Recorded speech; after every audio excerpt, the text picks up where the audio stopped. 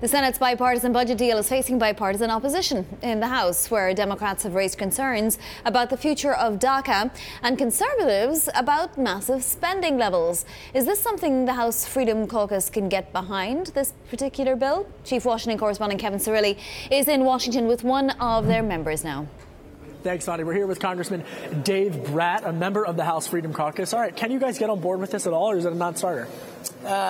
This is a non-starter. We were the entire playbook for the whole year, right? The House said we're going to plus up defense, keep everything else steady. We did our work. 12 approach bills handed in 150 days ago. It always comes down to Senate failure. Obamacare, they failed. Faceplant, same thing here. So at the last minute, now we're in a government shutdown mode because we need 9 Democrat votes, plus probably even some of our senators to vote for fiscal restraint. But it's not in the Republican playbook to increase spending by $300 billion, right? We handed it off to the Senate a day ago. They compromised. I don't think the American people want to compromise where you jack up spending by $300 billion. That's a 13% increase in the budget. I don't think people at home are getting 13% pay increases, right? Now, on the flip side of that, Senate Majority Leader Mitch McConnell saying this is a rare moment of bipartisanship, that it would keep the government open for 2 years, raise the debt limit, provide certainty. So what do you say to folks who say, hey, wait a minute, we want certainty? Yeah.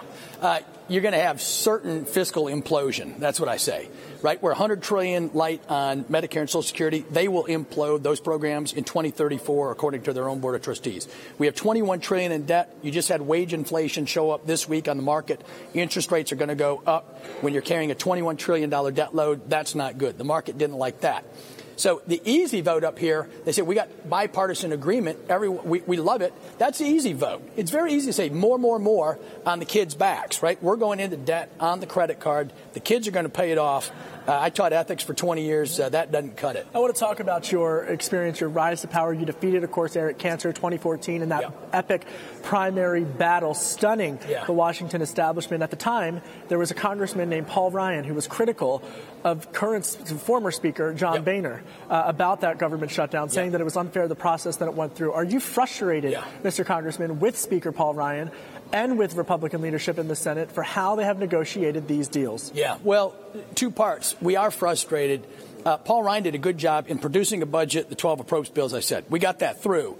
Where I'm frustrated with our leadership in the House is they need to put on the boxing gloves with the Senate, right, and say, no. And they should have done this a year ahead of time, right? Said, we're going to compromise with the Democrats. You get 9 votes worth. That's what we need. But the American people gave us the House and the Senate and the White House. So fair is fair. Is it worth shutting down the government over this? No, hopefully there's not going to be a government shutdown, but it's quite amazing. We're doing Democrat policy. Senator Schumer's happy with this thing. Well, what needs to change? What specifically? DACA. We got a minute left. What needs to change between now and midnight? Once they send this over this afternoon, what needs to change in this bill? It might be too late. I mean, I think they're going to get the Democrat votes to plus up debt, right? The Democrats have never had a bill, a budget position of reducing the debt, ever. So they're not going to have conservative support, but you're saying there are enough votes right now in the House to get this through. I think so. I think there's probably 80 to 100 Republicans who are no, but some of them may peel off, and then Pelosi will probably deliver the rest, and then there's some DACA deal that was just announced. Final question for you. We've got about a minute left. I want to read for you. You mentioned her. House Minority Leader Nancy Pelosi had some tough talk earlier today, Congressman, on the House Freedom Caucus. She said, why do you call them the Freedom Caucus, whatever euphemism they're using for, quote unquote, crush the little guy, end quote. Your response to the Minority Leader?